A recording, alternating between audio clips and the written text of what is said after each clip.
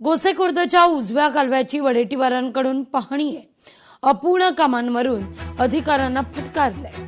ऑक्टोबरपर्यंत काम पूर्ण न झाल्यास आंदोलनाचा इशारा आहे. आढावा घेतला आपले प्रतिनिधी अनिल ठाकरे यांनी.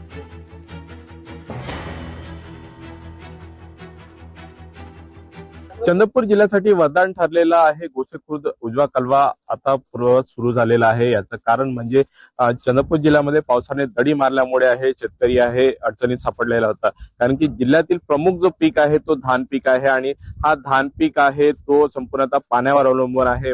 मात्र ब्रह्मपुरी तालुक्यामध्ये आणि सिंदेवाई असेल नागबीड असेल या चंद्रपूर जिल्ह्यातील प्रमुख 3 मोठे तालुके आहे.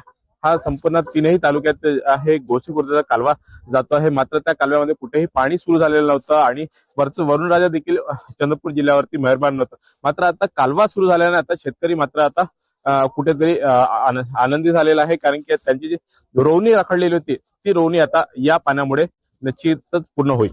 अनिल ठाकरे, लोकशाही मराठी, ब्रह्मपुरी, चंद्रपूर. ठेकेदार काम करत नाही. जो कोणी ठेकेदार असेल काम नाही करत ना. आता 500 मीटरचा जो काम हा सुद्धा झाला नाही. त्याला जवळ 4 वर्ष काम लागतील. तर मग शेतकरी मरेल ना. त्यामुळे आमची एकच समस्या आहे की पाणी लवकरात लवकर मिळावं, काम लवकरात लवकर व्हावं. मेहनत करून हे प्रकल्प उभे झाले आणि या प्रकल्पांमधील पावसाळ्यामध्ये आज शेती मरत असताना त्या कामामुळे उशिरा पाणी सुटला, लोकांचे पळे मारायला लागलेत, उन्हाळ्यामध्ये पाणी मिळत नाही. म्हणून आमचं म्हणणं एवढंच आहे, अधिकाऱ्यांना सुद्धा आज मी पाहत असताना सूचना करायला आलोय ते प्रत्यक्ष पाहणी करताना शेतकऱ्यांचा आक्रोश आहे. इथे काही कुणाचा पक्षभिक्ष काही संबंध नाही. ज्याला ठेकेदारी करायची आहे तो करू दे. ठेकेदारी करून लोकांना लुटायचं लुटवा, पण काम तर वेळेवर केलं पाहिजे. आमची ही अपेक्षा आहे, लोकांच्या शेतीला पाणी मिळावं. लोकशाही मराठी ऐका, पहा, जागरूक रहा.